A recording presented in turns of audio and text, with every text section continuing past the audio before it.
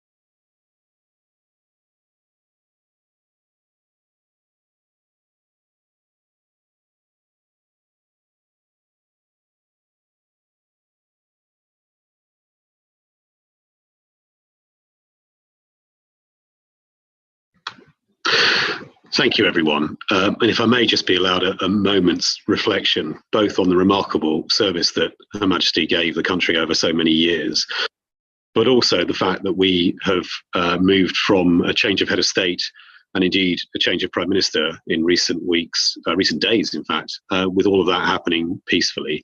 It is a testament to our democratic processes that this happens in this country, and something we should always be grateful for.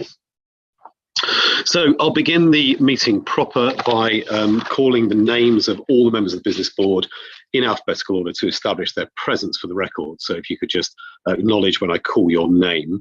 And it's alphabetical order by surname. So that means that we start with Vic Annals. Yeah, I'm here. Thank you, Vic. Tina Barsby. Present, yes. Thank you, Tina. Belinda Clark. Yes, I'm here. Councillor Lewis Herbert. He sent his apologies at Alex. Yeah, thank you, Nick. I thought that was the case. Mike Hurd.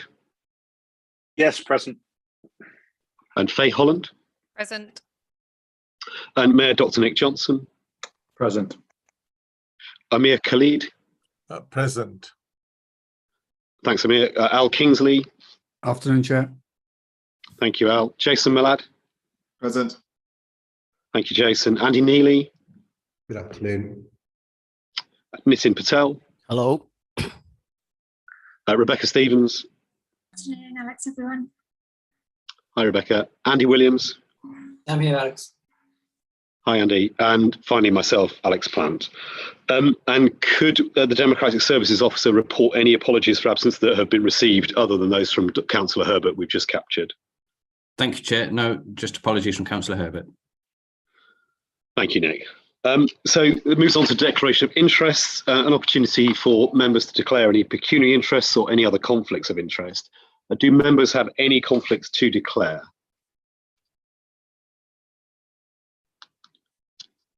I can't see anyone indicating. I guess as this is my first meeting as chair, for the record, I ought to recall that I am a salaried employee of Anglian Water, just for the record. Otherwise, no other conflicts that I can think of. That takes us on to item 1.2, the minutes of the last meeting held on the 11th of July 2022. Can I just check whether any member does not agree with the proposal to approve the minutes? I have a question about the accuracy of one point, if I may. Please do. So if you can keep that to the accuracy of the minutes, Vic, that's fine. Yeah, is the request for the members asked that the CEO, the chief exec, be invited to future board meetings. I just want to clarify, was that as a member of the board or as an invited guest? So, Nick Mills, do you want to comment on that? Or Andy first, perhaps? Vic, I think it was as an invited guest. Yeah, and I can see the Democratic Services Officer nodding to that, so it would be by invitation. Does that clarify the point, Vic?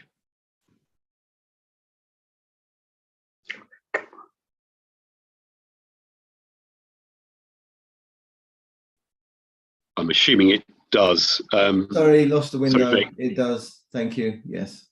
Brilliant. Thank you very much. So we'll take those minutes as a true and fair record. And do officers want to pick up any of the actions that are reported on the action log?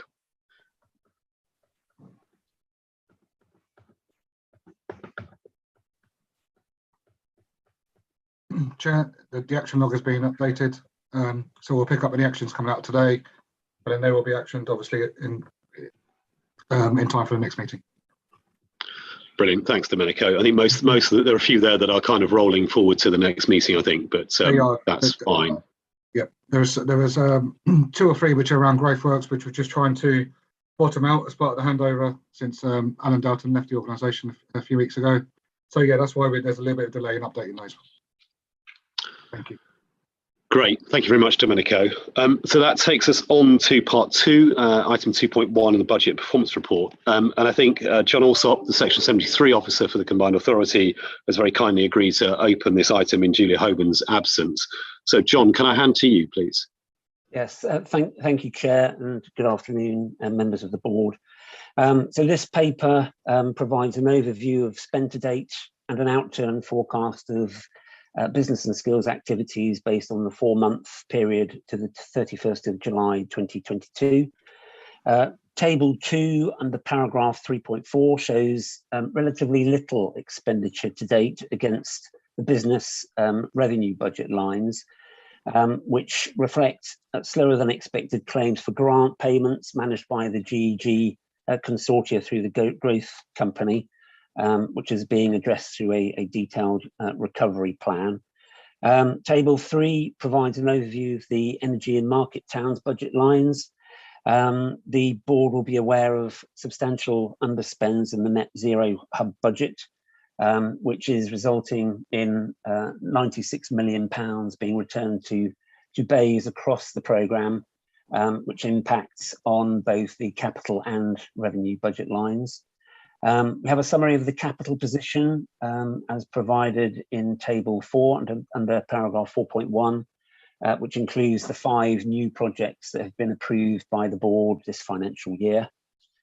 And under table 7 under paragraph 6 provides an update of the current and expected balances of the capital and revenue funds over the next 6 years. And table 8 provides a forecast of enterprise zone balances again over the next few years. I'd be happy to take any questions or comments. Thank you.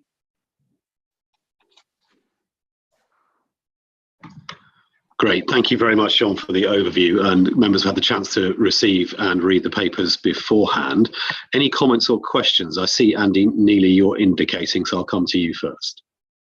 Thanks. It's just a question about the Growth Co spend in table 2, and you mentioned the recovery plan that they've got in place to get that back on track.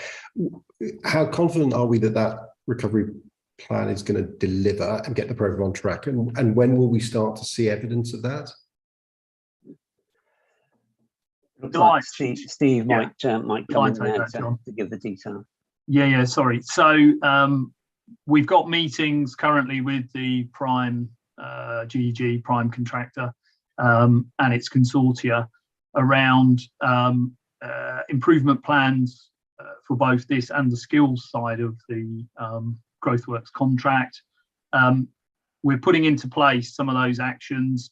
A big chunk of this money is the ERDF revenue grants, which have yet, although there's a pipeline of 600,000 to 700,000, the actual defrayal and claim through of those has been painfully slow. So we are working through that, Andy, and we obviously are pushing for claims to come through. We've submitted we're preparing to submit a new revised claim to DLUC to show that we have started to spend more of the ERDF than has been claimed to date.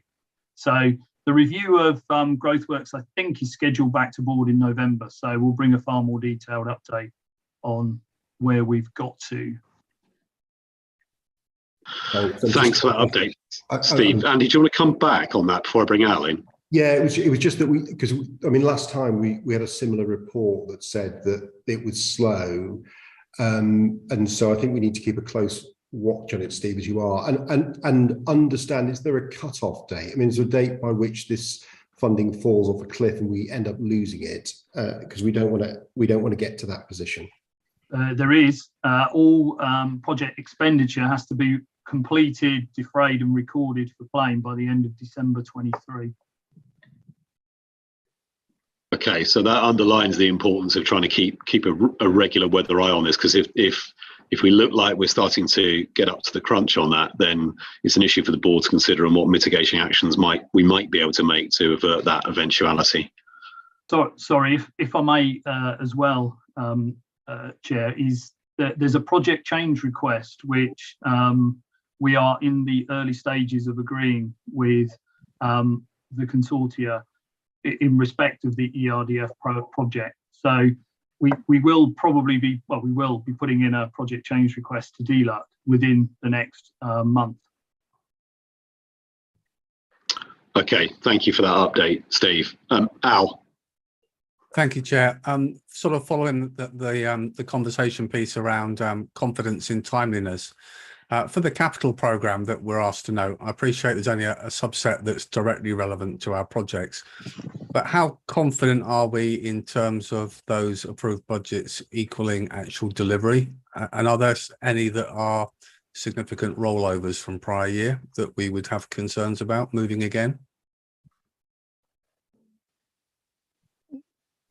So yes, I mean, as you may know, we had some significant slippage in our overall capital programme last year, and we have recently set up a park group, which is performance and risk committee, and this is on our agenda for that meeting later on this week. So we recognise that there is a concern about the apparent lack of expenditure. Obviously, a number of our expenditure lines are dependent on the claims and the invoicing from our delivery partners. So there's inevitably a drag.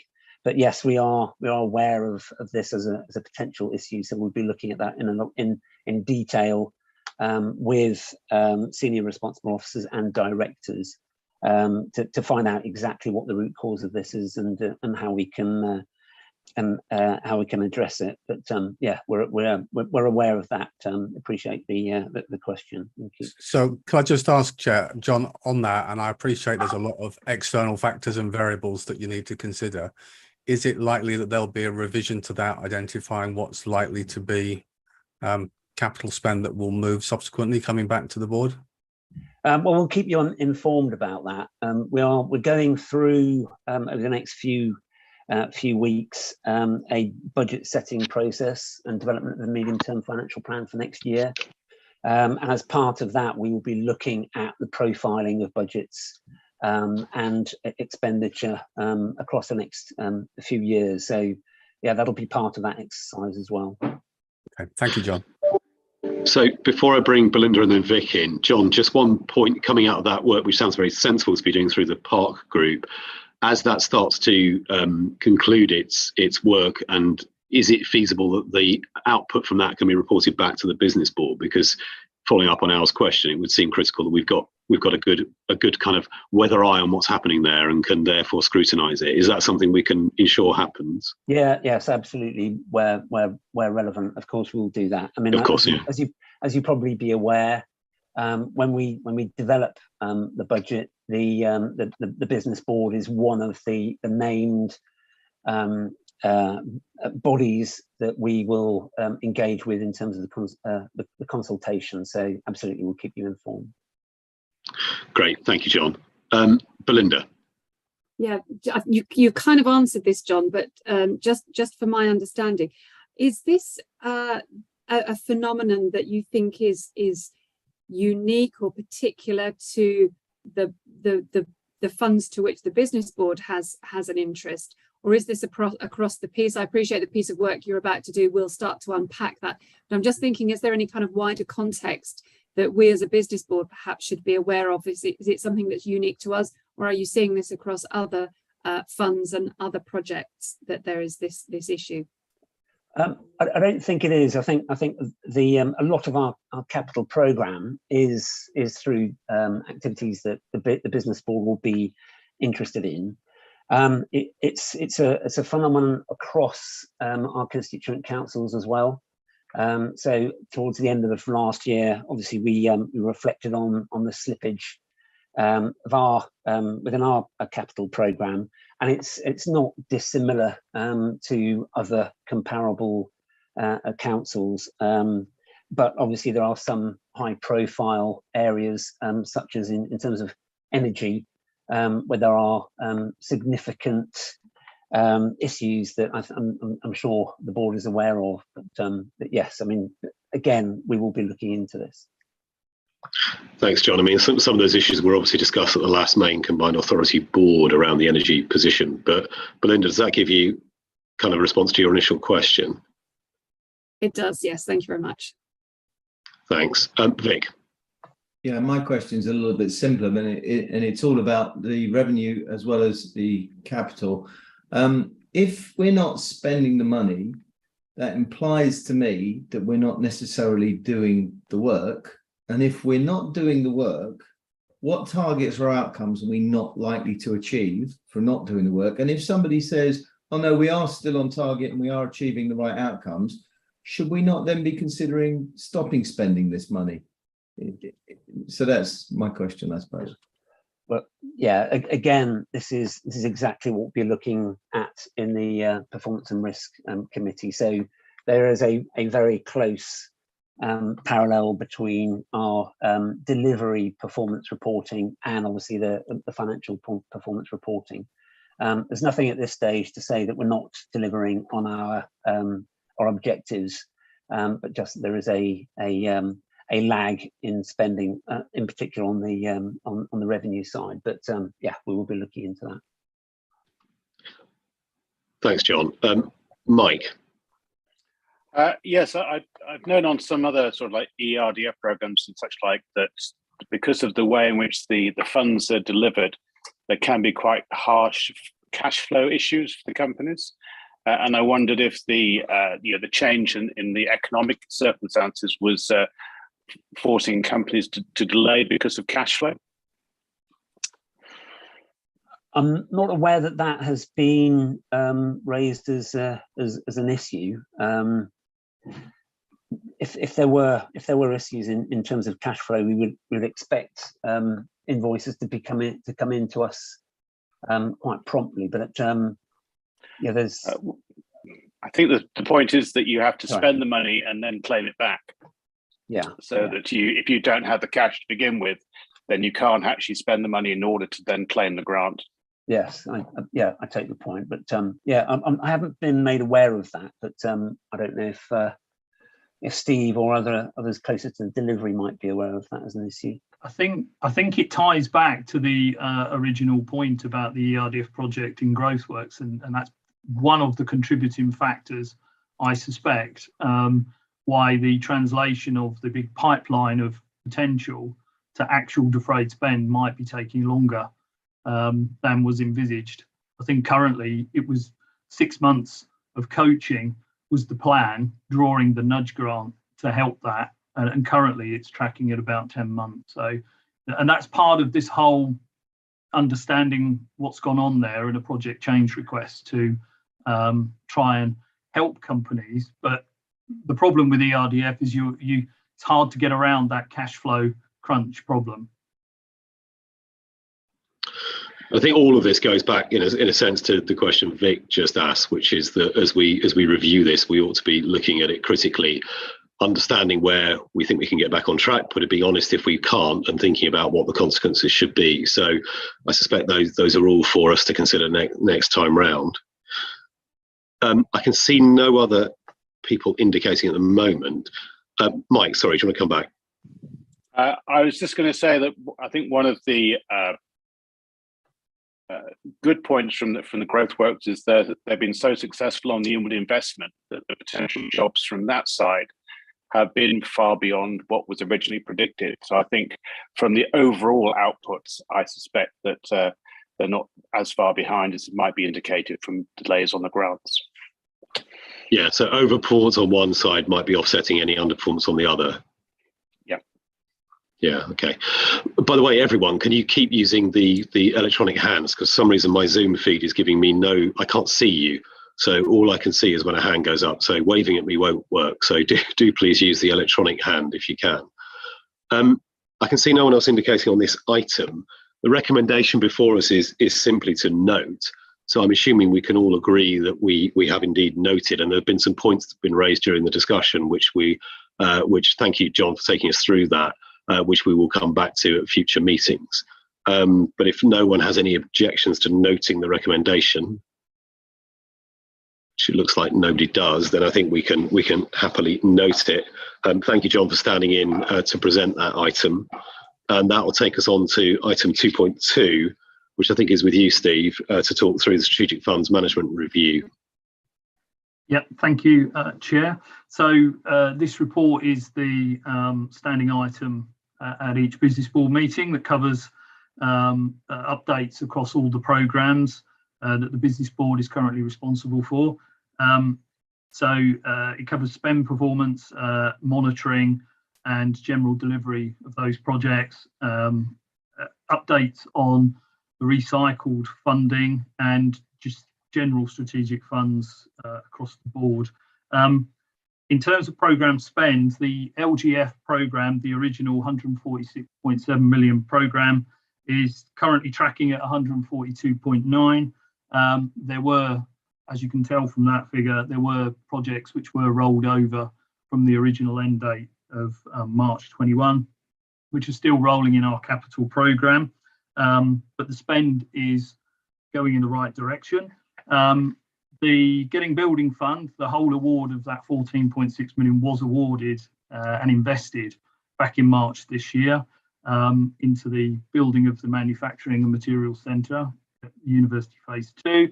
The Phase 3 project, the Business Board awarded 2 million. That's still sat to be drawn when the shareholder agreement calls for it to be paid over. The Community Renewal Fund, there's still 1.4 million tranche left to transfer over to Growthworks to complete that programme. As yet, they've not called on that, but the programme spend for the CRF is the end of December, so we're watching that one as well, but there's high confidence on delivery there. And for the next meeting, I propose to bring a breakdown of our spend on the recycled LGF if each project's listed, as the board have very recently awarded to a number of projects from its recycled LGF pot.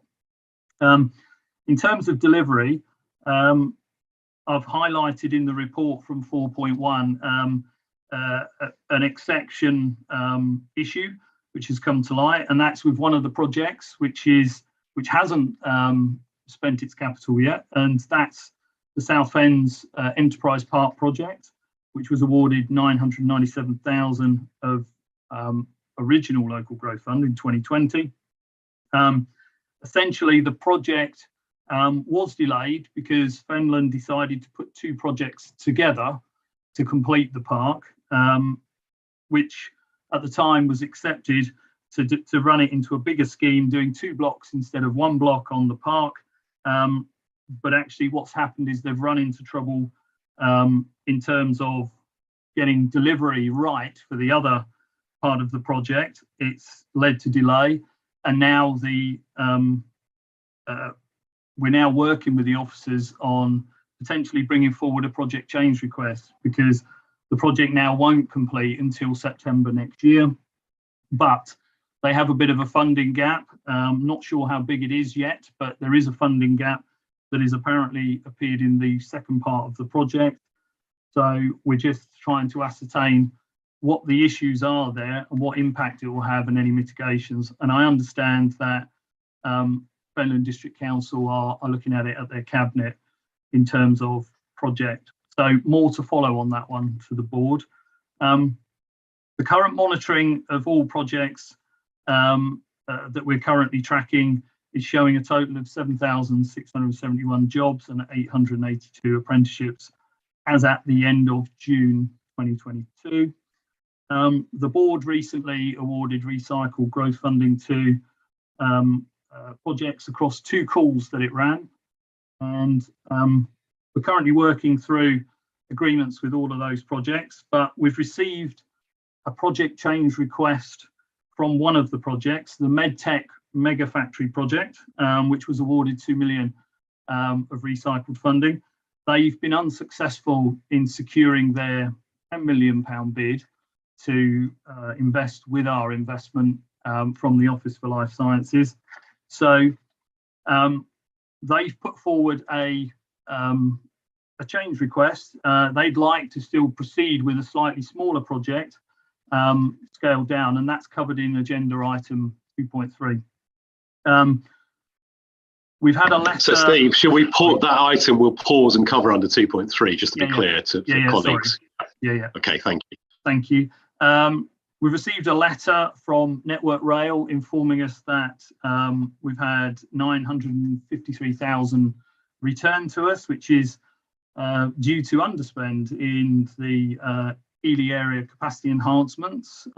So the business case costs less to deliver. So that's now included in the business board's figures in terms of returned recycled funding available.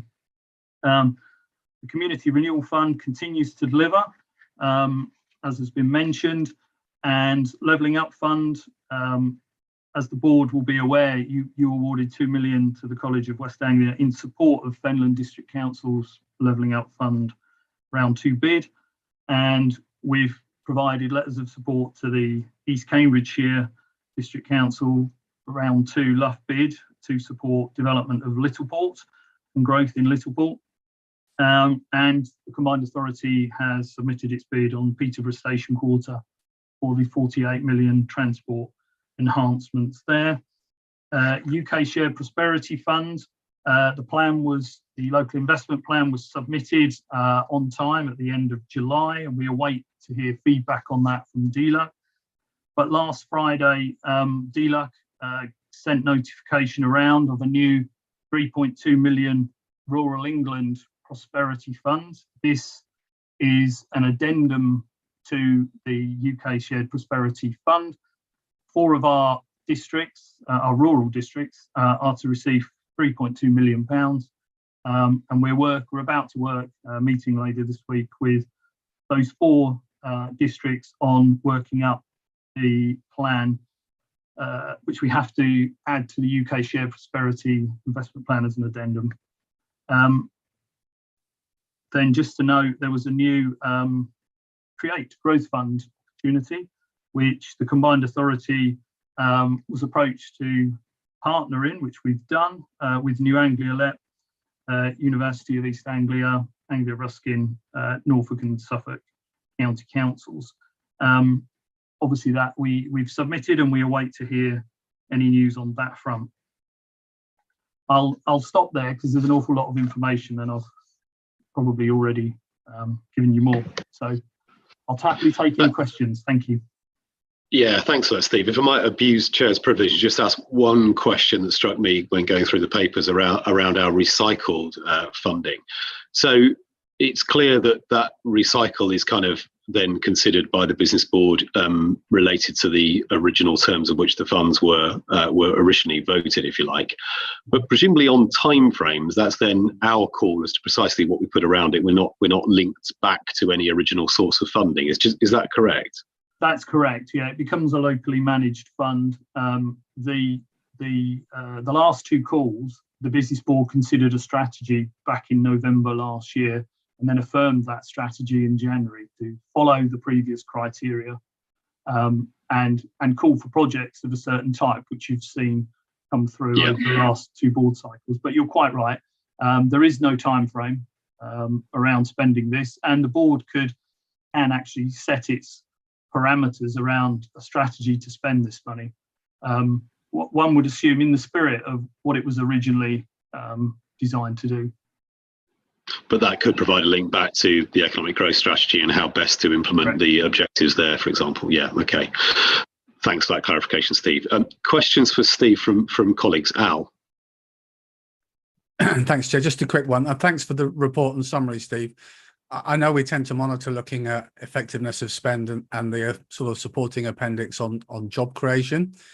It's a topic we've raised before, and I appreciate we're a few months out of the curve now in terms of June being the last data. But how confident are we that that big spike of 1,400 plus jobs accounted for in June is actual versus statistical? I think from a reassurance point of view, it's kind of always a good check and measure to know and have confidence in that as a value. Yeah, so quite right. And actually what I did notice we've done in this particular report this time is you'll see there's nothing reported in April and May, and the chart has been turned quarterly. And that is obviously not, it was meant to show total June. So I don't know quite what happened there. So that 1,400 is actually a quarterly figure. I would imagine looking back at our last report, which probably tracks somewhere around the end of April, would show, you know, what we had in April and the balance. But we can get that corrected to be running monthly. Well, didn't spot it in time before the papers were published, unfortunately. Thanks, Steve. It wasn't specifically the fact that it was shown quarterly, but also just our checks and measures in what that's actually reporting in terms of evidence behind the job creation. Yeah, we have a system where all projects have to complete a monthly highlight report, and we are checking and asking for those numbers, the evidence. Obviously, when it comes to testing that evidence, that's when we do our evaluations, and we'll be doing another tranche of deep dive evaluations on projects during the remainder of this financial year. And so we will pick projects that have completed, and we will go back and audit those guys. So, but we could do spot checks at any time if we suspect that it doesn't look right, is a sort of unjustifiable leap or something untoward, then, you know, we can always call for an audit and send someone in.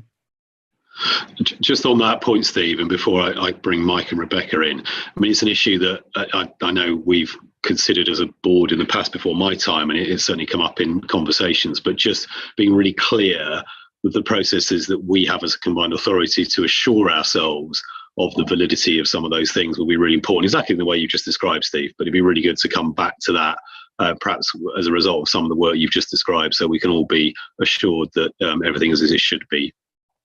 Yeah. Al, is that all right for you? Yeah, that's fine. Okay, great. Brilliant, thanks, Al. Actually, you're the only person I can see, so I did see your thumbs up, but everyone else is blank. So I don't know why you're favoured as being allowed to be on video when everyone else is blanked out. Mike, over to you. Yeah, just a query about the UK Shared Prosperity Fund. You said about the sort of 3.2 million per. Was that per area? And was that money expected? No, it was a surprise, actually. As I understand it, it's the money that DEFRA used to manage, the European Leader Programme, and so when the government guaranteed to replace or backfill European funding, it was unclear how DEFRA were going to manage that part of the programme. So it appears what they've done is work with DLUC to say, let's bolt it on to what's being done with UK Shared Prosperity funding together, rather than us invent a new scheme, a side scheme, if you like. So yeah, the 3.2 is split across the 4 districts. So that's the total for 4 districts. Right. I don't have the exact breakdown in front of me, but yeah. I think you said for each, you see. So I thought. Yeah, no, sorry. It's total for the 4, and it's, by the way, it's to be spent over 2 years. So it starts next financial year for 2 years. So wishful thinking, Mike, that it was that amount for each. Unfortunately, it's across that's the what line. I heard. Yeah. Yeah. Rebecca. Yes, thanks, Chair. Steve, just to pick up on what you explained in your answer to Al about the it being a quarterly figure for the jobs creation. Yeah. Obviously, I hadn't read it originally that way, but if it is a quarter, it's quite significantly down on the first quarter. If you total those 3 bars up, is that something that we should be worrying about? I mean, is it phased through the year, or I think normally if we'd have seen a decline, we'd have flagged it, and obviously it's difficult because of the way it's shown in the graph, but I just appreciate your comments. Yeah, no, it's a fair point, and obviously we always envisage that we'll have a tracking, because that's the monthly one, so you always expect that every month will will match or exceed the last month, but there is variability in what projects are reporting, and I suppose it's the cumulative figure is the one we kind of have to track over a little bit of time, and that's added on, so that's still in the right direction. But I do take your point, and we do watch for that. It's if we get a prolonged period where certain projects aren't performing as they should, and of course our really big job creators are the Growthworks contract and the university project, which of course hasn't yet really produced its big outputs, but it will start doing over the next couple of years. So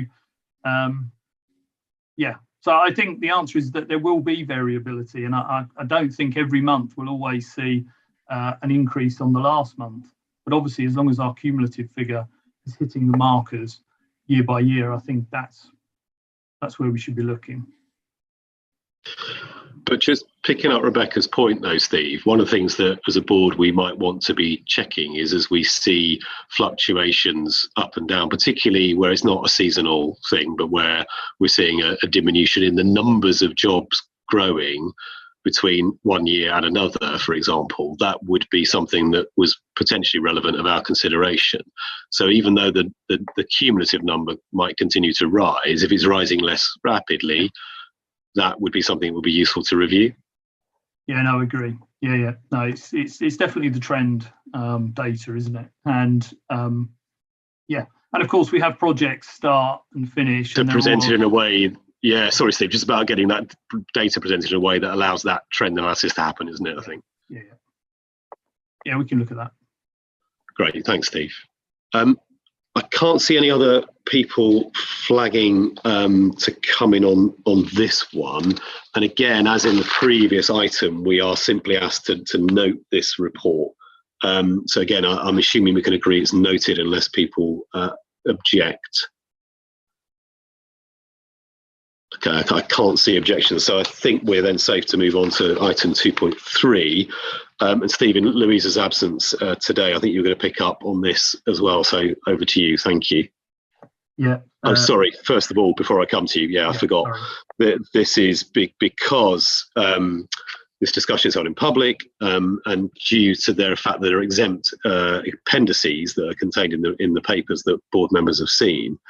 That information is exempt from publication under Part 1 of Schedule 12A of the Local Government Act 1972 as amended, in that it wouldn't be in the public interest for this information to be disclosed because it's information that relates to the financial or business affairs of a particular person, including the authority holding that information. So I need to just check before we move into this piece whether any member of the business board wishes to discuss the content of the exempt appendices. If you can let me know if you do, then put your hand up now. So I can't see hands wishing to discuss the detail of the exempt appendices, which means actually we can then go to you, Steve, to present the report, and we'll continue in the public session the normal way. So Steve, over to you. Okay, thank you. So this report sets out what we've done under process for the project, which was deferred at the board meeting on the 24th of June. And it also, and it contains information that we've been able to go and collect for the board to help recommend the award of the project. This report also carries the change request, which was submitted by the MEGTEC Mega Factory project, which I alluded to in the other paper. So as was noted, the Ramsey Food Hub project was brought forward on the 24th of June to the board with a recommendation from external appraisers that the award should be 50% of the grant they were seeking. This due to the fact that the external appraisers believed that Huntingdonshire District Council had access to other funding capital programme that they could use on this project, and therefore didn't see the reason for seeking 100% of grant funding for the project.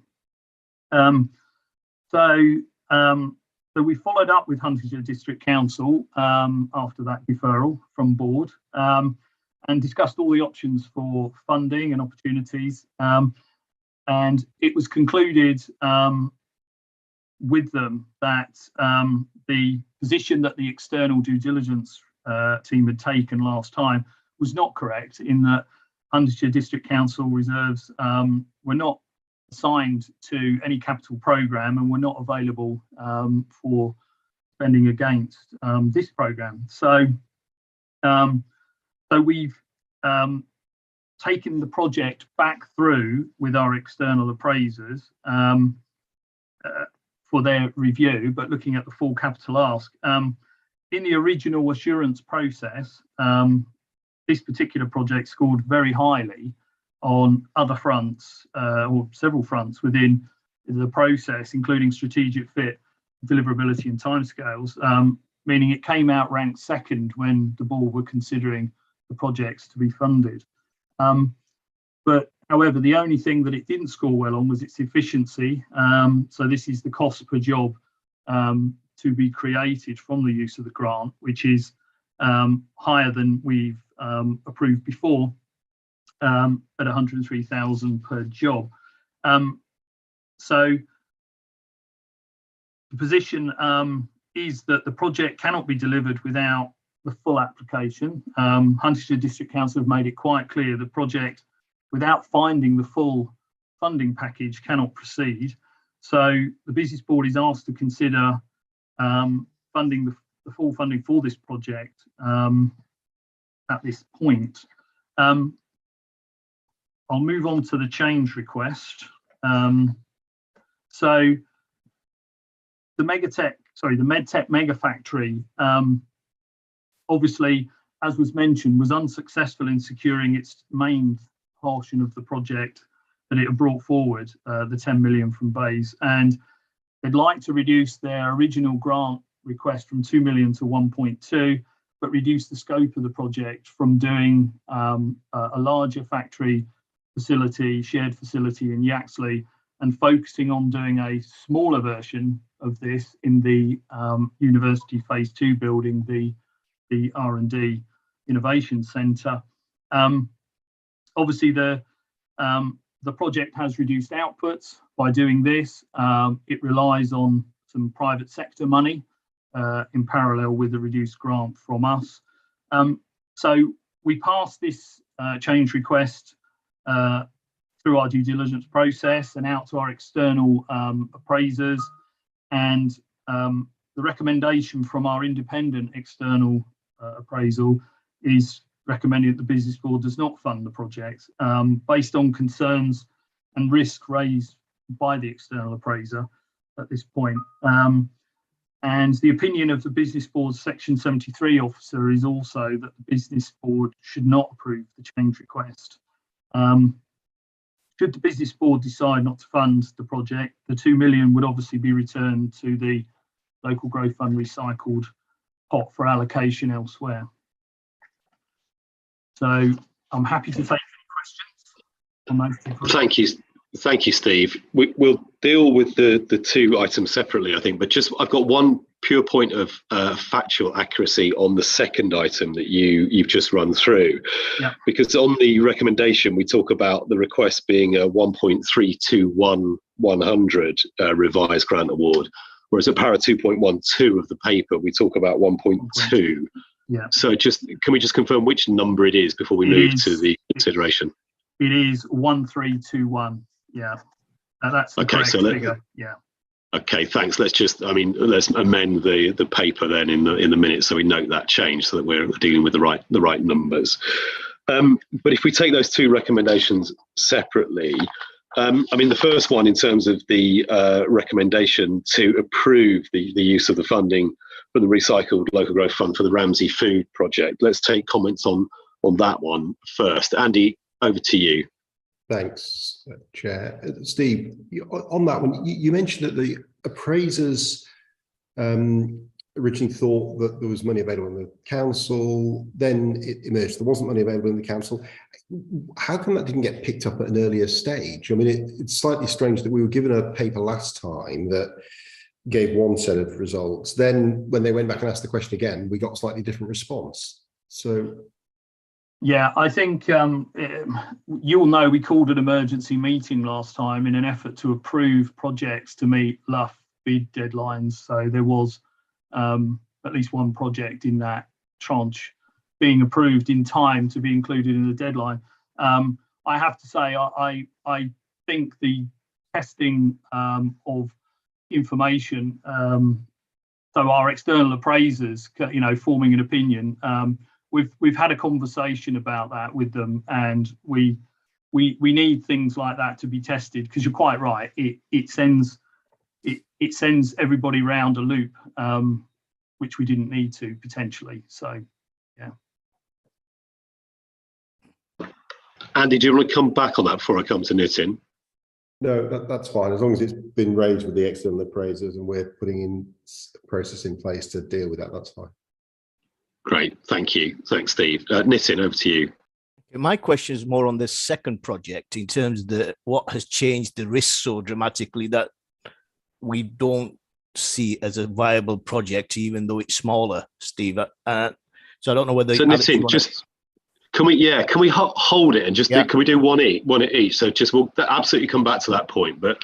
Yeah. If we try and deal with recommendation A first, and then I'll come back to B in a second. So if you can keep your hand up, I'll come back to you in a second. Faye, are you commenting on recommendation A? I am, yes, please. So I get the point on cost per job is high, and I think often there are other benefits. So this is one of the most deprived areas, in which case I think my question is, what's the benefit for that local community? So it is a food hub. Are those partners, the tenants, going to be local? So therefore it builds that area. And is it actually going to be designed for the local community as opposed to other food hubs that might be designed for people that don't live there? That's my question to Steve. Yeah, absolutely spot on, Faye. The other benefits from the project is why it ended up being ranked second when we scored all the projects. So it is very much a local-led development. All the produce, the produce feeding in is from local companies, local farmers, as well as other opportunities to bring other foods from across our patch to there. But employment was for local businesses. It's all part of a regeneration project of the high street. And jobs are, you're right, it is a deprived area and is harder, and they are losing facilities like, retail and shops and access to this type of stuff. So, and there's a sustainability angle that was seen as being very beneficial in this as well. So it will be locally led in this. So good strategic benefits for a town. Thank you. Thanks, Steve. And Faye, just picking up your wider point, I mean, the issue for some of these projects will undoubtedly be that they contribute much more widely to the kind of 6 capitals rather than simply on jobs, and those things are relevant considerations for us. So, yeah, legitimate to think about those questions as we go forward as well. Mike, I'll come to you next. Well, it's to follow on from that really as to whether this is a hard no for the project or whether we have the capacity to look at other ways in which it could be funded or to support them in resubmitting. So Mike, if we're still on item A, the recommendations we approve the grant, right? So are you on A or you're on B? Oh, sorry, I'm getting mixed up. Apologies. Yeah. So if we just, I think your comment probably refers to B, doesn't it? So if we, no, in fact, it doesn't. I was getting mixed up myself. So don't leave me out of it for the moment. Thank you. Okay, fine. Mayor Nick. It's just wanted to say I don't get a vote, but this is exactly what I think the combined authority should be doing, and ideally the business board should be doing in taking. You've alluded to it, the 6 capitals. We, as a combined authority in the past, have been very successful delivering more jobs. You know, we've been measured about our GVA, and we've been measured about in the past with something about housing. But I've said it in the basis of our meetings at the business board, there is so much more to life than just how many jobs you create and how much money. We have to think about that area of Ramsey, and it could be Ramsey this meeting, it could be Wisbech next, it could be the Arbury. We have to start thinking about the projects that we talked about a week ago, reducing inequality. And the people will, and I go to Ramsey, I don't know how many people in this talk know about it, that it's a feeling of being left behind. And we as a combined authority, as the people who have the access to the funds, these local communities are looking for support from their political leaders, from their business things to think differently. And I can't say it enough how much I think these sorts of projects should be the ones that we should be getting behind, showing our support for. And that's all I want to say. Great, thank you very much, Nick. And of course, I think all of us on the business board would recognise that absolute interface between the economic, the social, the environmental, the health. And if you get all of that right, you get sustainable growing economies. So they are always interrelated, which I think is part of the reason why that broader approach that is in place for the combined authority is there. So yeah, very much understood in that context. I think there are no more hands wanting to come in on item A, which is the recommendation to approve the grant request for the Ramsey Food Hub project. So, and I think the comments that have come in have really been around understanding that and how we take it forward rather than objecting to the principle of the recommendation. So just on item A, I'm assuming that there's consensus to agree with the recommendation, but if anybody disagrees with it, and then put your hand up. And Nitin, I'm assuming your hand is still up for item B rather than objecting to item A. Yeah, great, thank you. In which case, I think that is unanimously carried, which I think then takes us on to recommendation B. And Nitin, do you want to come back? Because obviously this was the point you were raising.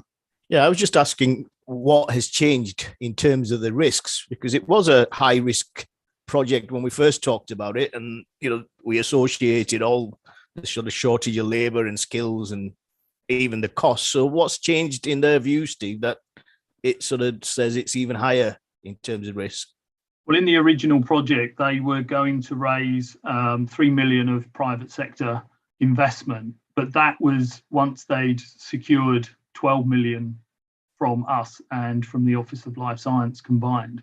So the appraiser's view is that without that £10 million support, raising the 3 million from the private sector for them was looking very difficult. And they had conceded themselves that they would have to, they were going to use the 10 million award was going to be the thing that gave many of the investors they're talking to the confidence. So that's a perceived risk that we could be waiting a while whilst they raise the 3 million to come in on the project. The other thing was obviously scaling it down, the ratio of actual benefits that they could produce out of a smaller unit in the R&D centre.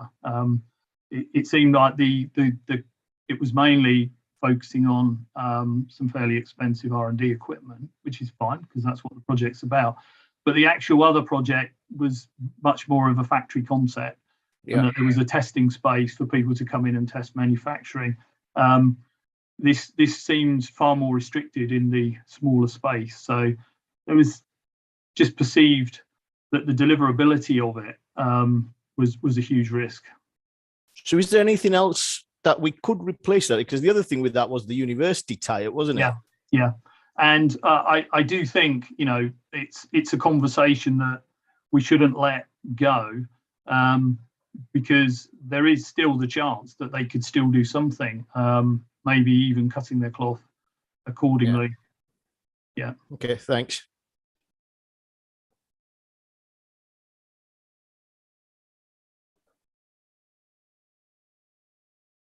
Require a sort of separate your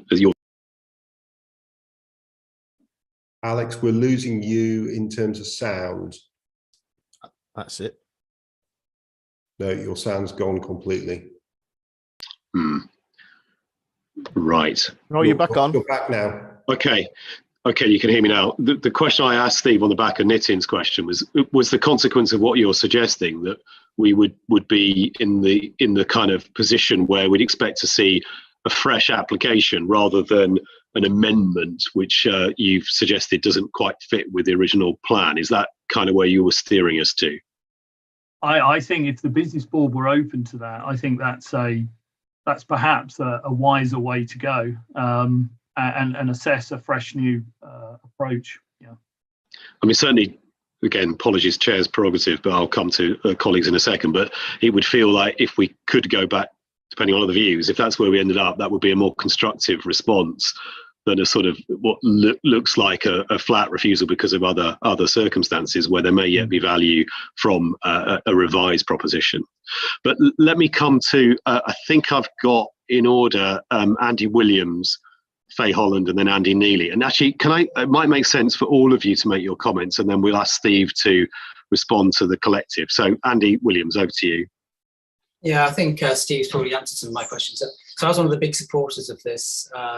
It was for two reasons, I guess. One, it leveraged a large amount of money, and two, it potentially put the area into a whole strategic area, if you like. And they were the two sells for me. And actually losing the 10 million OLS investment does the opposite. So you've lost your leverage, you lost your £10 million, and also to an extent, therefore, OLS have not decided it is a strategic project for them, and that is not a great place to be. And I think, Steve, you're right. It's not a case of I don't like them coming back and just saying here's a pared down version of what we could have done. I'm much more interested in going back to them saying, oh, how are we now going to refresh your strategy so the area can still benefit from a medtech strategy and potentially be part of ARU as well. So the excitement's still there. But I think once you've lost that 10 million from OLS, you are fighting a difficult losing cause. You really need to refresh again and make a new start. So I completely accept the recommendation. I've gone from the strongest advocate of this project to strongly accepting a recommendation. We don't fund it, but we should be going back to them to see how we can, and we should be phrasing it in the terms of strategy. How can we now progress the medtech strategy within the context of the position that we're in? Thank you. Great, thanks, Andy. I think in line with what I was trying to say, but far more eloquent. So thank you. Faye, over to you. Yeah, thank you. And I'll kind of repeat the same thing. I think we're all on the same page here. It's about, we don't want to lose the opportunity for medtech manufacturing. We are keeping it in the UK. We have a client who's doing it in the UK, but we should be building capacity for manufacturing here as well. So I agree with what Andy's just said. I don't think you can keep just scaling down the project. So I fully support a fresh application instead of a no. Great, thank you, Faye. And Andy? So in line with what's been said, my only question is whether it's just a fresh application from this group, or actually whether we wanted to open it out to others who may be able to do something in the medtech space. Because for me, for the reasons that Andy Williams and Faye just talked about, this is also something that OLS has reviewed and decided not to support. It would be really strange for us as a business board to then turn around and say, oh, well, we disagree with OLS, we'll support it, unless we'd seen something that they absolutely hadn't. But I don't think that should then give them a head start in another bid. It seems to me we're into a new competition now. Yeah, so it would. So Steve, I'll let you come back, but effectively, I think the proposition coming out of all of that is supporting the recommendation, but seeking to find a way in which the original intentions could be brought forward. But as Andy was saying, not with a kind of guaranteed position for this particular organisation, but opening up the question more widely is the sort of proposition. But Steve, I'll let you come back before we try to conclude on this point. Sure. I think all I would add is Andy's point is right. I mean, it's for the business board to decide its strategy on how it wants to deploy the budget it's got, and the growth fund, recycle fund is probably the biggest pot you've got at your disposal at the moment. So, and to follow due process, our assurance framework, you should set your strategy, and we should release a call that's open and transparent to pursue that. So, but like I say, you need to set your strategy first about what you want to buy with the remaining funding. And the framework could be, as you've already hinted, Alex, the economic growth strategy could form the backdrop, the framework around which you want to do stuff. Indeed, and I think there's a link to an item we're going to come on to in a moment around sector strategies as well, to be honest. But yes, I mean, in principle, that must be the way we would go. But I think a signal that it's not that we're no longer interested in some of the original intentions that sat behind this. We think about it in exactly the way you described, but that presumably people agree, for the reasons that sat behind your analysis of it and the independent assessor, it's not right to continue this particular project with the change request. Rebecca. Yeah, I'd just like to back some of that. I think there's quite a fine line that we need to be careful of, particularly with these change requests, because we've already supported something. There is an element of we want it to succeed. We can see that, we get excited about it, we can see the benefits, and it's really important that we don't let that sway the sort of cold hard funding decision that actually, if it had gone through the first time, it may not have got funding, and we wouldn't have got excited about it. So I think we need to think of a way that we can support these the principles, as we've talked about, of these bids, but actually when it comes down to the funding, we stick by the criteria and are very clear about what we fund and don't let emotion get in the way, for want of a better word. Yeah, it's a great point, Rebecca, isn't it? Because if the much changed proposition were before us and the initial assessment, it may not have won through against other rival bids. So you need to be really careful about how you're considering that, and not, as you say, not getting emotionally invested too much in a particular project. But I think, though, colleagues, from that discussion, people are willing to accept the recommendation as set out in the report, so the formal recommendation before us. And then we will capture the richness of that conversation about thinking about how we then proceed in the future, because there'll be additional, assuming people do accept that recommendation, there'll be additional recycle funding, which we can think about the best use of in line with the economic growth strategy and sector strategies. I'll just pause for a second to see if anyone objects to us accepting the recommendation B as set out in the report. I'm seeing no objection, so I think that is therefore carried unanimously. Thank you, and thank you, Steve, for steering us through that one so clearly. It takes on to part 3 on strategy and policy and sector strategy reviews. And Steve, I'll come to you in a minute on this. But one point I put round by email to members of the business board earlier was that as we're thinking about our broad strategy and policy position, and as we have a new government with new cabinet members in place, it strikes me as being useful for us to also think about what is it that we as a business board may wish to signal to the incoming ministers and a new prime minister as to priorities and opportunities in the Cambridgeshire and Peterborough area. Now, that's sort of only loosely linked to the sector strategies review that we've got before us, but it would be worth trying to just spend a little bit of time thinking about that question with members' permission as we cover this item.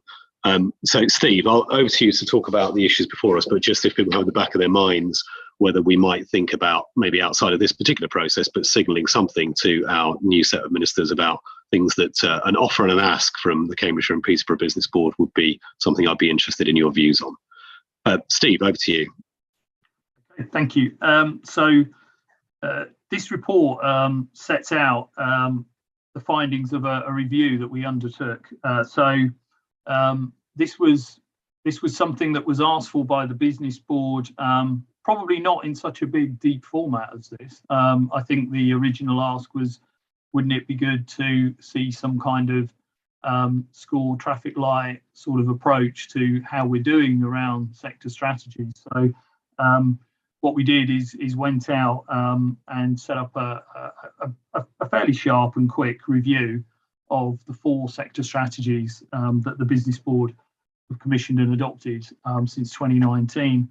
So the review looked at 3 things really, which was to the progress of delivering the actual recommendations, and then highlighting enablers and barriers to those recommendations, and then just any ideas that came out about how we go forward in terms of future implementation. So Metro Dynamics were engaged to do this piece of work. They reviewed, as I've said, the 4 sector strategies, and the output of that review is attached at Appendix 2 to the report. It conducted, as I say, it was a fairly quick approach, so desk-based review around what's being delivered, mapping what recommendations to actions that are happening out there, stakeholder engagement, and a bit of scoring around the original recommendations, and then obviously the delivery position around those recommendations, so the delivery to date so far. So you can see obviously the scoring system is in the report that they used, looking at the 2 sides of this. You know, is the recommendation still strategically very relevant, and also, you know, what evidence is there out there that they've noted, and giving it a delivery score. So the findings that they found from engagement across stakeholders and their desktop work suggest they remain, most of them remain relevant, but actually it's been pretty challenging to consistently implement all of the recommendations across the sector strategies. And probably the biggest major contributing factor has been the lack of a clear sector side lead to own and drive implementation within the team. So they highlighted a few barriers. So there is a lack of implementation action plans, although I should note here the Agritech, the piece, the most latest piece that we did was actually an Agritech action plan. So that one was the only one in reality which had what you would call a degree of implementation about it. Lack of consistent personnel, as I noted, high levels of competition for funding. Ideally, you know, we would have had money for all of it, but perhaps in the next phase of priorities, as Alex has said, we can work on a much more realistic implementation plan and funding solution. A lack of communication and challenging and operating context and short term. Obviously, when we set about doing these sector strategies, it was pretty much pre the impacts of Brexit, pre-pandemic, and now pre-energy problems. So, so the summary of progress of each sector strategy recommendation is shown in Appendix 1. And obviously, if you total them up, you can see there's 30 recommendations across the 4 strategies, and 15 of them have got some form of delivery scored 3 or above, meaning that there is some evidence of some delivery or a lot of delivery. And in terms of the strategic relevance, I think most of them, from what I could see, remain highly relevant, as I've said. So,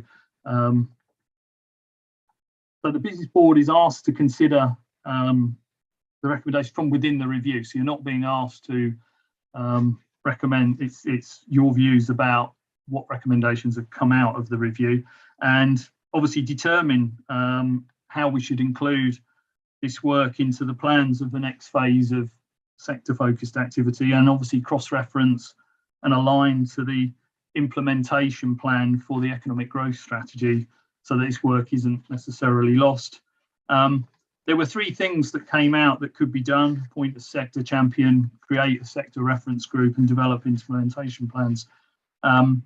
Obviously, if the business board is minded to progress any of those recommendations, then we'd need to understand the implications, the budgetary implications, which would need to be established in terms of a funding line, a budget, and then obviously brought back to the business board for decision. And it could be the CA board potentially asked for allocation in the MTFP for next year's budget if the business board decide to make it a piece of priority work. I'll stop there and take any questions.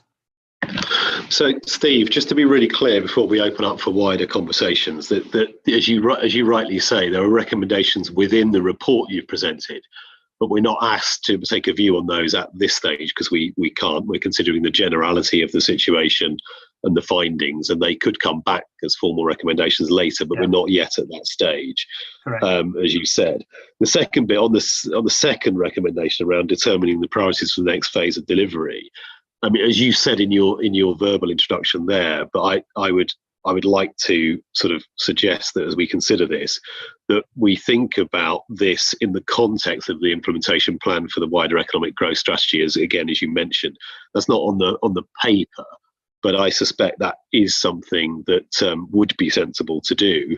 And so, as people comment, I would welcome your views on whether we think about B as being explicitly linked into the implementation plan on the economic growth strategy.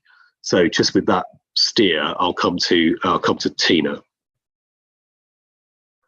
So a couple of things. First of all, Metro Dynamics didn't speak to me, which I found a bit strange because I was very involved in the agritech, developing the agritech strategy, which, as you know, had all of, well, you don't know, Alex, but the rest of us know, it had several hiccups along the way. You know, it was not straightforward. So it's not a surprise to me that that particular strategy had nothing, and nobody's done anything. Nobody's done anything about the implementation of it, and it was done fairly recently. So I do think I'd like to pick it up again. When we were in the throes of doing it, the context of the growth of putting it in the context of the growth strategy was mooted, but you know, basically it's just been sitting there on the shelf and nobody's done anything with it. And I think that the problem then is that Metro Dynamics appeared to believe that somebody was doing something. And I know from Belinda, they asked what had Agritech done to deliver on this strategy, when the answer was, well, nothing, because it's not been implemented at all. So I don't know whether that applies to the other strategies, but certainly with Agritech, it's fairly new, and it has just been put on the shelf. Okay, thanks, Tina. I think, as before, it might make sense to take comments from a number of business board colleagues before we sort of circle back for views from Steve. So, noting those points down, Tina, and particularly around the Agritech strategy, I mean, I think let's not lose that, but let's take a few sets of comments and we'll come back to it in the round. So, Andy. So I thought this was a really helpful report. And actually, Tina, I think in many ways your comments sort of echo my reading of the other sector strategies. The life sciences one has had a little bit more progress because Kirsten Ann Rutter has done some work through Cambridge University Health Partners on Place and various things like that. But that's because there's somebody who feels some ownership for implementation. And the point I was going to make, and I think it's true of the economic growth strategy as well, is what this report really makes clear to me is we can do a lot of work on thinking about the strategy. We can do a lot of work on implementation plans for those strategies, but we really need to get right the resourcing and the ownership of implementation and make sure that's in place. And then we need to get the reviews in place to see whether progress is being made. I don't think that ownership of implementation necessarily should sit in the combined authority. So I think, you know, it wouldn't be the right thing for the combined authority to say, well, we're going to appoint a champion for agritech and a champion for advanced manufacturing, etc. I think we're better off as a combined authority and a business board looking for the right partners in the region who we basically ask to take ownership of implementation, but then we hold them to account for implementation. And so in agritech, Agritech would be an obvious implementation partner, but we need to then talk to them about how could they implement it and what resource would they need to actually make sure this happened. But it does speak to the fact that we as a business board really need to think very carefully about how we make sure we're not just doing strategy, but we're also worrying about, is somebody going to do anything with the strategy? Yeah, thanks, Andy. Really powerful points around best modes for delivery and ensuring that we don't just get stuck in the strategic space, but also not kid ourselves. It's always us, the combined authority, that should be the lead body. I'll come to Rebecca, and maybe we'll pause after Rebecca and do a quick swoop round the first three sets of comments, and then I'll come to Belinda, Alan, Faye. So Rebecca. Thanks, Alex. Sorry, I feel like I've jumped the queue there. But I just want to echo actually what Andy said, which is what I was going to say, but he probably said it much better than me. I think there is a risk that we just, you know, we have these strategies and we don't enforce them, we don't implement them, we don't monitor them, and what good are they then? And I would back what you said about the economic growth strategy. I think it needs to sit as an umbrella over all of these strategies, and then we can focus on one thing which is delivering all, rather than having a list of strategies, you know, which is as long as your arm, and not actually doing very much on any of them. We need to sort of double down and focus on some core things. But I absolutely agree with Andy's points about implementation, resourcing and ownership. Otherwise, we'll just have a strategy that sits on the shelf. Yeah, absolutely, Rebecca. And again, goes to some of the conversations we've had around trying to make sure we're then tracking against progress using red, amber, green status, the usual sort of means by which one checks that delivery is going to plan or not, and then you can take actions to try and move resource across as needed. So all of that, I think, would link to the wider points. So Steve, with those first three sets of comments that you listened to, can I invite you just come back on those, and then I'll come back round to other sets of comments. Yeah, no, I think they're all fair comments, and I think the report, the review actually says, you know, the challenges around resource and you know, the lack of consistent personnel, and the fact that we haven't moved to implementation plan stage entirely is entirely right. So I think the business board, obviously at this point in terms of priorities, has an opportunity to steer this. One could argue that maybe combined 30 recommendations, some of those with subsets within them, was ambitious, probably all relevant, but very ambitious to say that we were going to do everything here. So I absolutely agree. You know, ownership was never necessarily bottomed out about taking away.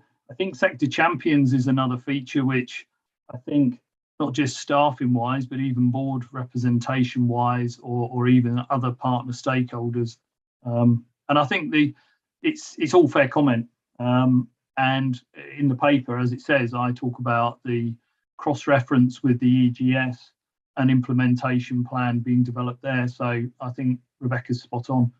An umbrella approach where some of these recommendations, the ones that are still strategically relevant, that's why we asked about that particular point as well, is to make sure that they are captured and go forwards. But we do need that wider engagement, that wider support from the private sector and other stakeholders to deliver them.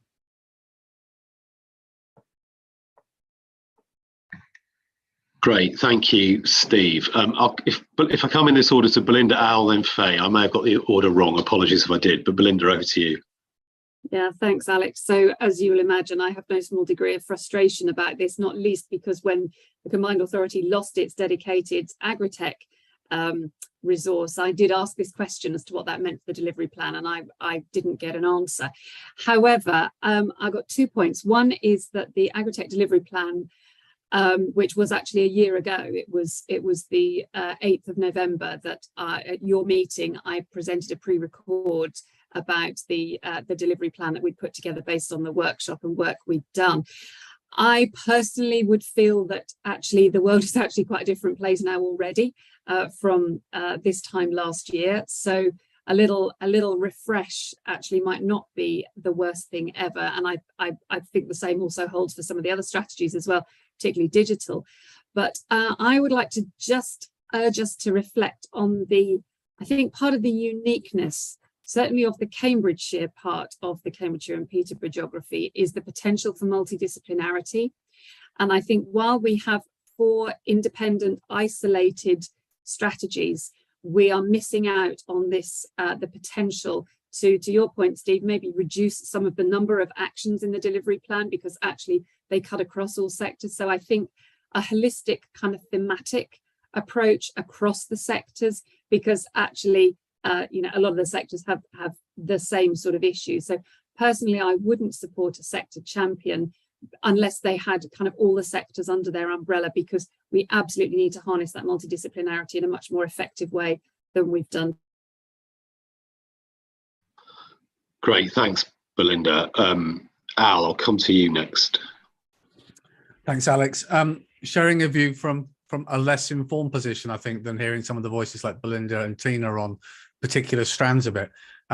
I think there's a broader challenge here, which is we have these sector strategies and they sit to one side and there are certain stakeholders involved in them, but they don't really feel connected and interwoven in terms of the broader targeting we're doing in the business board. So it's easy to perceive, often perhaps wrongly, that we kind of have the conversation then slightly out of sight, out of mind. That might have been justified the last 18 months with so many other immediate pressures and challenges to focus on. But I think they need to be much more visible in the broader conversations that we're having so that we're aligning other considerations around, do they align with those core strategies? So we perhaps need to revisit how frequently they're part of the conversation. Yeah, I think it's a good point, Al, and some of that, and indeed Belinda's last comments, I think back to my sort of provocation at the beginning, saying we've got a new government, what do we flag to them? Some of what we can flag to them is the fact that we've got an economy where there's a lot of magic that happens in the places in between the different disciplines, exactly the way Belinda was talking about. We've got a place that's growing and has huge growth potential, that is a net contributor to the UK overall economy, and is therefore sort of well positioned to respond to some of the high level at the moment, not very fleshed out views from government around things like investment zones and particular infrastructure priorities that would drive some of that, which might also link to the questions around wither the arc. So there are some points in all of that that I think could link from what we're talking about here into getting an early message in to the new government. Faye, I'll come back to you. Thank you. So first comment, and Steve, thank you for putting this together, very much appreciated. With regards to the digital strategy, I believe that CW were asked the questions and therefore CW responded. So what we've got is a very CW centric view of how things are, and that's not necessarily representative of what is happening and certainly what's happening across the geography. And I think that's it's a consortia approach. It's not, you've got to have someone who's answering it, but you've got to make sure that they are actually getting the input from everyone else. My second point is we also did a subset of the ICT strategy with the HPC report, and that has never come to the board, and I really think it should, because that's got some very tactical activities around what we do with regards to cloud, supercomputing, etc. So that's another thing that I think we should add into here, which again is kind of net new for many. If you look at all of those, my third point, if you look at all of the different strategies, there are so many things that overlap. So we could actually just break it down and say networking is key, the ecosystem is key, innovation, startup support, skills. So if we can break it down that way, actually, do we get more bangs for our buck by consolidating that, because the same principle applies across the sector? And then where can we bring in the likes of FLIS to help with skills? So when the CRC say, look, we need to develop more courses, what do you need? We're actually giving them the right things to develop. My penultimate point is around convergence. One of our biggest USPs of this region is the fact that we can have convergence of tech. You know, Belinda's nodding, she knows it, agri-tech and AI. You know, there's so many different places where that bringing those sector strategies together literally is a really key differentiator for us.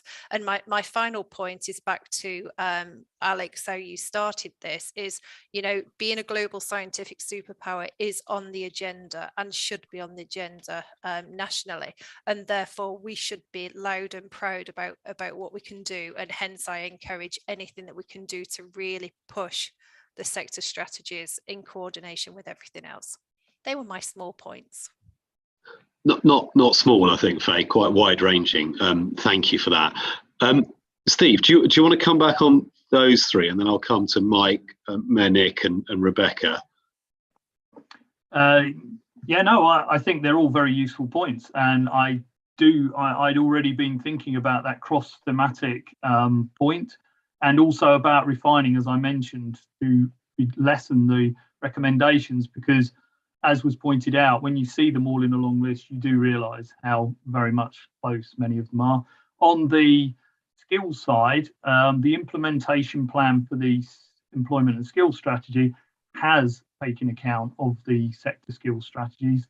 They picked those up and reviewed all the recommendations that related to skills, and have sought to include those or potential delivery towards those within the implementation plan for employment and skills. So my view would be, as we develop the economic growth strategy implementation plan, we take it across all of these sector strategies recommendations too.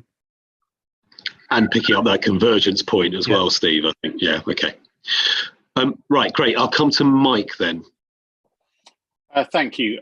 Yeah, useful report. Just a thought, really, and not terribly well thought out, but especially in terms of an ask of the new government, the more cross-cutting positions we have, the more generic they become. And so whilst there is a need to do more networking or more accelerators and incubators and that type of thing, that could be said virtually everywhere and could be said about virtually any sector.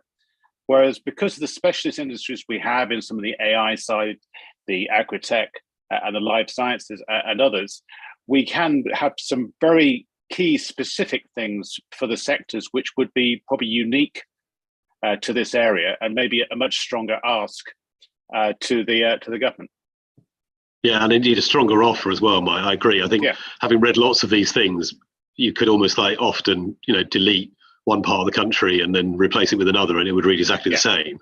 We mustn't do that, and we don't need to, because we do have things that are very special and very specific to this geography, which should be of interest to a government that's really keen on driving economic growth, which we can certainly interest them in. So I couldn't agree more, Mike.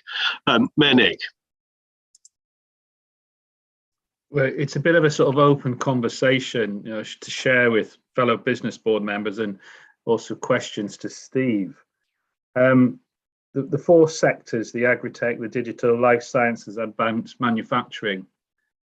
I meant to sit here with Lewis as from a sort of politician's input, and I'm trying to understand where the mayor sits and where the members of the board sit in trying to get the message out, because you've talked there, or Alex has just mentioned, about linking in with central government. Well, I'm not quite sure that, and I obviously I've had to learn a lot as a mayor since I've come into the position, but I'm not quite sure what I'm meant to be doing around these priorities. I absolutely, and I'll talk about them. I will have speeches prepared, but I think there has to be a better understanding of what the members of the board as a whole, and certainly myself, is doing. Because from what I understand is that, and I'm big on experts. I like experts. I like to lead by experts, but I like to be then led in the right direction from the kind of narrative to then engage with my fellow board members, but then also going out and about and speaking with DEFRA, or indeed taking it further afield. I can think of one example around Agritech, is that I was asked to meet the governor of Missouri. Now, I'm sure somewhere along that line, there was an element of this is strategy. But as such, it was just another day in the office for me where I was meeting a guy with an American accent. And I think I need to understand, and I would argue other politics, the politicians here, need to understand what is required from the business board, or indeed what's required of the officers, because be it the Agritech, the digital, the life science, or the advanced management, I don't know which of the individual officers has responsibility for that sector. And maybe I should do. So I kind of just want to put that there for the business board to understand how I'm trying to understand this. I'll certainly be guided by the experts around the business board as to kind of how you then draw up a strategy and if they agree it's representative or indeed needs tweaking. But somewhere along the line, the politicians, and I include myself as the mayor or deputy, we need to understand what was expected of us more. So thanks, Nick. Really, really thoughtful reflections. I suppose one issue there is that as we evolve this, and if we can get to that position where we've got a really agreed position around implementation of the economic growth strategy and the sector strategies, if that's the position we reach hopefully fairly soon, the value of getting to a position whereby we can all speak with one voice into whomever it is we need to speak to is unbelievably powerful. And if I reflect upon the success that places like Manchester have had over recent years, it's generally been because the political leadership and the business leadership have been able to give a very clear, evidence-based single message into central government or to inward investors or anyone else that says this is what Greater Manchester's about, this is why you should back us. And they've been reasonably successful in doing so. So it's that kind of thing I think would then be hopefully a way in which we can get aligned across the different sectors, and then each has their role to play depending on the audiences in question. And Rebecca, for the record, sorry, Nick, Alex, and for the record, I'm very happy to share that space with any member of the board. And it may well be that there's a member of the board who's better placed to be advocating for the business community. So although there's been a significant change about bringing on board the CEO links between the constituents thing, that's been almost like a political need. Now I'm saying, why aren't we now thinking about how the links from the business board go into individual members of the board? You know, they are well placed, and I think they're very capable. We might disagree on many things, but one thing I'm sure they have capabilities and know what they're talking about business, because they want to see businesses develop in their own area, but also for the whole area. Yeah, absolutely. And as I said before, the key thing is getting to the point whereby we've got that commonality of view on priorities that we can then actually put all of our shoulders to the wheel and we just deploy whoever the best person is for the relevant issue. Often I think that is a shared space between leading politicians and leading business folk if we get it right. But sometimes it might be one or the other, depending on the issue at hand. But yeah, it's a really helpful message, Nick. Thank you. Rebecca, I'll come to you. Thanks, Alex. It's a request really to Steve, I suspect. Could we have a list of the stakeholders that were engaged through this? I think I thought it, and then it's come out a couple of times in the commentary whereby, you know, are we sure that this is representative of across the whole geography and the right people? And I'm very cognizant of, we don't want to be, not that we're about to make sort of sweeping judgments today, but you know, networking and communication comes out very strongly. And if we're not networking with the right people and communicating with the right people, none of these strategies will get implemented anyway. And just to be clear, Rebecca, is that just checking who it is that Metro Dynamics consulted with in pulling the work together? Yes, please. Yeah, okay. All right, I think it says there were 11. It says there were 11 interviews. It would be good to know who they were with. Know who they were. Yeah, okay. And Faye. And yes, thank you. Mine is actually an offer. So I, as a few of you know, I'm very passionate about these sector strategies and what we actually do with them. So the offer is to Steve. If you need an extra pair of hands to take this forward, then I'd be very happy to help. Great, thank you for that offer, Faye. Steve, I'll come back to you to try and kind of come some reflections on that wide-ranging set of comments from colleagues. Yeah, so immediately thank you to Faye in terms of the offer of help. I think these strategies, because we've been at them for such a long time, we may have lost a little bit of our way in terms of what we did at the start. I think the original view was they were going to be a collective, co-owned piece across as part of the resulting from the local industrial strategy. So I don't think the names might have changed for some of the strategies there is, but I think the fundamental point that Alex made is right. It's about distilling what are the key actions and one voice for everybody to get behind. I think that was always the point. I can certainly share the list of who Metro have consulted with. As I said in my introduction, it was quite a quick exercise. So, I mean, we could have probably, we could have spent a fortune and set about interviewing hundreds of business organisations and other organisations and doing lots of data analysis of what things may have shifted or not shifted. But that was never what I thought we were about here. This was to spark this discussion and decide our priorities of how do we take the next steps. So, and to Dr. Nick's point, I do think there is a role for the politicians to come in on this. So, and I think that's, as we saw, they got behind the economic growth strategy very strongly in this development. I think we get the implementation of this, and we have the implementation plan now for employment and skills, and we obviously get their buy-in and drive behind it. Yeah, thanks, Steve. Jason. Thanks, Alex. I just had a general question. How much is the wider public aware of the strategies that we've published? I know they're available online. We discuss them here openly at these meetings. There's no secret there, but I'm just curious. If I ask the average person in each one of these sectors, whether they're in the startup level all the way up to the top, how many of them would have any knowledge that they even exist? I suspect the answer is limited, Jason, if I'm honest, but I'll let Steve answer. Yeah, it will be limited. They are on the website, and we did do some comms around them early doors when they were being developed and published, adopted. But honest answer, no, there's loads we could be doing potentially, and through the groups of stakeholders that help develop them as well. Well, that's something, just to echo Faye's sentiments, I'd be very keen to support as well, particularly for the life sciences side. If there's any kind of group activity, bringing, minds together, I'm sure some of the local groups like One Nucleus, et cetera, would be happy to facilitate that. So it wouldn't be all on the shoulders of CPCA or the business board. But I'm pretty certain that there are so many gatherings. If we wanted to include a session on science, strategy X at the relevant existing gathering of minds, who would be important stakeholders from the region, I'd be happy to facilitate that. And I know there'd be lots of people who'd be interested to also provide their support. Yeah, thanks for that, Jason, and offer alongside Faye. I think you must be right, mustn't it, that if we can't get a greater level of understanding amongst those who are key to it, then we're not going to be successful in the implementation strategy. So, help from business board members and beyond, going back to Andy Neely's original point about it's not necessarily, maybe us, maybe not us, it depends. But unless we can get that level of awareness up, we're unlikely to have the cut through that we want to have with the strategy we've got. So thanks, Jason, it's really helpful. Vic.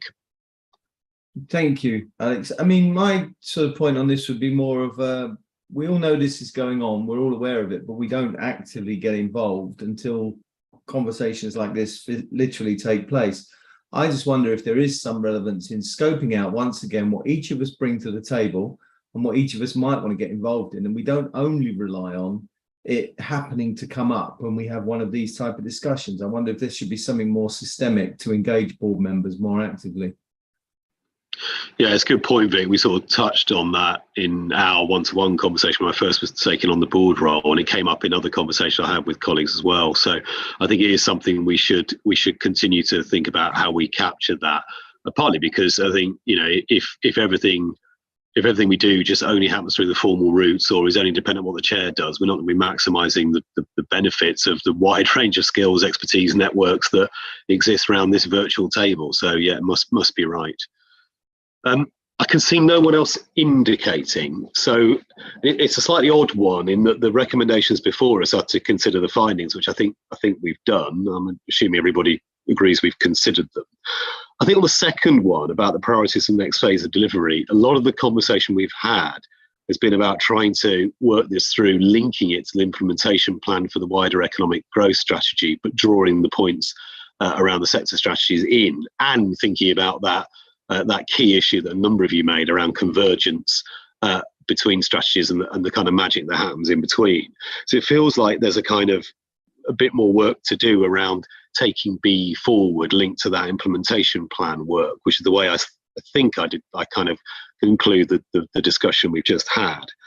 And having naughtily thrown in a question about whether we also think about putting something forward to government. I mean, in general, I'm sensing that people think that's not a bad thing to do, which will be taking into account the economic growth strategy work and the sector strategy work, but trying to get something in, picking up Mike's point, which I think is incredibly well made, which is we need to craft something that's very specific and special and captures the specialness of the area we have. And it's a place where, the government should be falling over itself to try to work with us as well as it possibly can. So that might be a separate strand of work where we might draw a few people in to try and craft something and then share it amongst the wider board. But Steve, I don't want to kind of confuse that with these particular recommendations, but maybe we take it up as a separate piece of work that we can think about over the next week or so. Yeah, I'm sure that can be logged as an action from the board discussions today. So yeah. Great, thank you. And Belinda. Could I just, and apologies if this appears a bit mischievous, but personally, I would be quite sad if we saw Metro Dynamics Commission to do yet another round of telling us what I think from this conversation has illustrated that we kind of all already know. So I think Vic's point about harnessing the expertise around the table to see where that takes us is one that seems like it would be both cost effective, and we're all here because of the knowledge we bring. So let's mine that first before we pay any more consultancy. Generally, you are speaking absolutely to what I would always prefer to be doing, is utilising the skills and expertise we have, not to diminish the value that consultants can bring to process. Of course they can, but actually the point we're in, yeah, I agree, Belinda, that should be the way we take this forward. So I think if we're okay to move forward, I think we can be content that we fulfilled the specific recommendations on the paper. More work to do in the way that's been described. And if people are happy, then I'll take us through onto item 3.2. And Domenico, I think you're going to introduce this item. I am, thank you, Chair. Good afternoon, Business Board. This item is coming, it's returning back to the Business Board. It did get discussed at the last board meeting in July. And this paper is to seek Business Board endorsement for to support a change of boundary at Cambourne Business Park Enterprise Zone. The request has come forward from South Cambridgeshire District Council, and they would like to agree. They would like to agree the changes to align with the currently adopted local plan, and to make sure that the enterprise zone parcels, which there are 2 of at Cambourne, are brought up to date to in line with the wider aspirations for the site. The change will concentrate all of the enterprise zone land north of the site. This is parcel A and subject of this paper. There is another part of the enterprise zone at Cambourne. That's parcel B, and that's not affected by this change. In terms of feedback received at the last board meeting, the recommendation adopted by the board was that the decision should be deferred to today, to enable the board to receive additional information and to further establish the benefits that this change would make to the local business community. So, as agreed with the board, I have we've got our local authority colleague, Adele Gritton, from South Cambridgeshire District Council, and she's going to just introduce the item in terms of background, why the request is being put in front of the board, and to take any questions. Thank you. Thanks, Dom, and welcome, Adele. Over to you. Hi, thanks, Alex. Yes, no slides, just a very quick recap of where we are and what we're doing. So as Dom said, really, while what you're seeing in front of you is designated as enterprise zone land in 2016, in 2018, in planning terms, the local plan re-adopted that site for housing purposes. I'm sure you're all very aware of the shortages of affordable housing in and across our district. So the land has since been allocated for around 260 homes, of which 40% will be affordable, of which the council will be the off-taker. SCIP, which is the South Cambridgeshire Investment Partnership, acquired the land around 18 months ago. So that's a partnership between us as a council and Hill Group. And we are very actively involved in taking the housing scheme through the pre-app planning stages with a view to take planning consent later this calendar year. Now, concurrent to that housing development is some really exciting development on the B side, the other side of the enterprise zone. Some of you who work in the life sciences space will be familiar with my colleagues' Life Sciences REIT. So they're a very large real investment trust, LSE listed, backed by Ironstone Asset Management. And in December 21, they acquired all of the remaining buildings on the business park apart from the South Cambridgeshire District Council head office. And effectively, they have some really ambitious plans to place Camborne on the map as a fully fledged life sciences brand. So I heard the tail end of your previous conversation about the global scientific superpower. I think reinvesting and restating Camborne as a life sciences brand is going to be key to some of that vocal narrative that you may be sharing with local and central government. So effectively, I'm saying that while on the one hand, the housing side of things does forego 3 acres of what was formerly designated enterprise zone land, the very fact that Life Sciences REIT, already with a footprint of around 232,000 square foot of offices and looking to add several thousand more square footage of office life sciences lab space, means that any business rates lost in the B side of things will be more than compensated for in the A side of the enterprise zone. So what effectively we're seeing in planning terms is a clearer cut designation of housing land and employment land, and hopefully good news stories in due course of being able to suggest that housing is there in affordable terms for maybe apprentices, people who are starting to work in the revamped business park, and equally it should be an attractive proposition as there is significant travel enhancement as well. You've all heard about the A428 developments. We've got exciting plans to create a new bus pedestrian cycle link to Camborne West. So effectively, this is all about a much more integrated local plan. So I really just joined to reassure you that while at face value, it looks like you're losing 3 acres of enterprise zone land, I'm confident that within the next 5 years, you will more than make up for that in retained business rates and in GVA and job creation via the work that's happening with Life Sciences REIT with us across the business park in its entirety. Great, thanks very much, Adele. And of course, that last point is the one that I guess went through my mind. I was reading this was just to get some. We can't ever be sure, but getting some assurance as far as we can that there's no loss in terms of that financial impact. Very clear though. Thank you both, Domenico, for your introduction, and Adele for that additional detail. Any questions or comments from business board members? Yes, Vic. Thanks. Thank you. Look, last time we took this, I wasn't completely sure what was being proposed, and like you say, the reassurance about are we going to lose anything from a business perspective, especially given us sit on the A428 Highway Improvements Board. The last thing we want to see is things like this going in a negative direction. But actually, I've looked over this, and I'm really pleased to see now I understand it a lot better. I think it's a spot on initiative, and well done, South Cambs. Great, thanks, Vic. I mean, it's certainly my take on it as well. As this looks very, very sensible and thoughtful, and good work from colleagues within the district council. Any other comments from colleagues? Faye, thank you. Yeah, I was just going to say, I think there were 4 of us that had questions on it last time. I agree with Vic. I think that clarity has made all the difference. Thanks, Adele.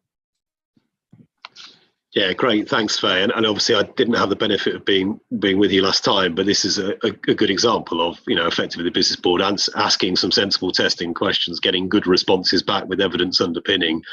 And it sounds like looking like we might be in a position whereby we can all agree to the proposed boundary change. If there are no other comments, and I'm detecting what I think is consensus. I'm also trying to turn my phone off. Apologies. If anyone in support of the recommendation, if anyone disagrees, please hold your hand up now.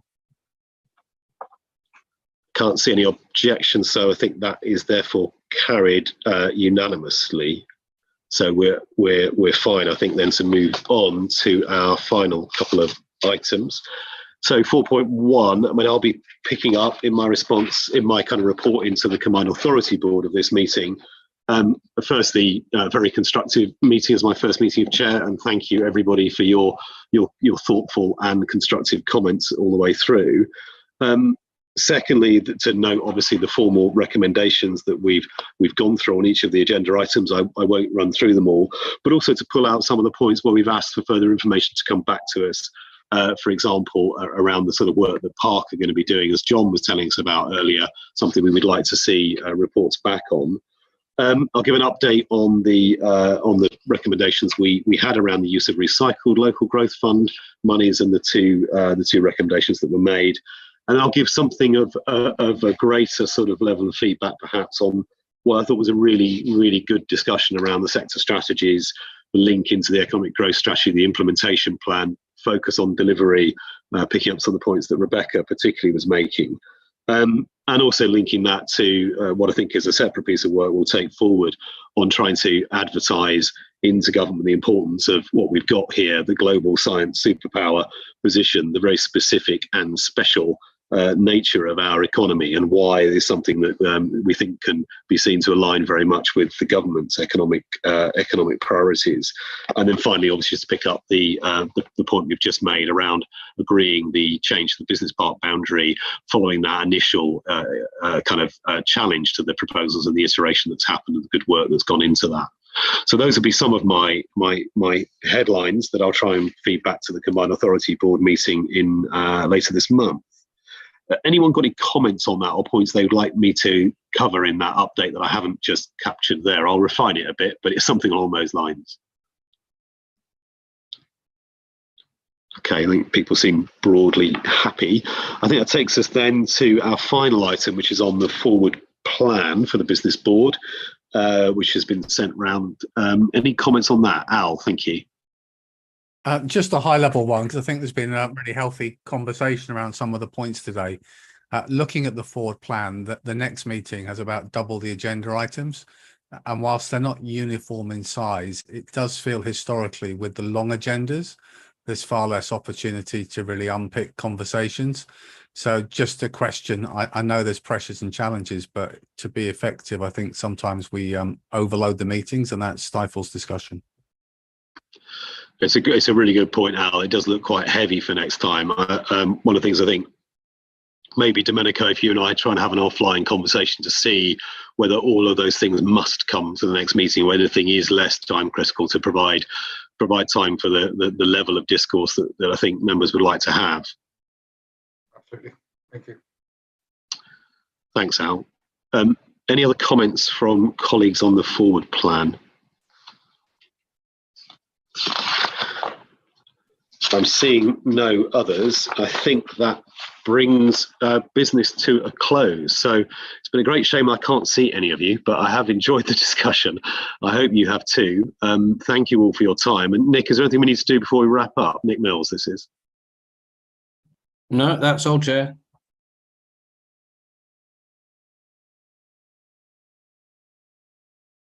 That goes into preparing papers for these meetings and chairs briefs and all those good things. So much appreciated all.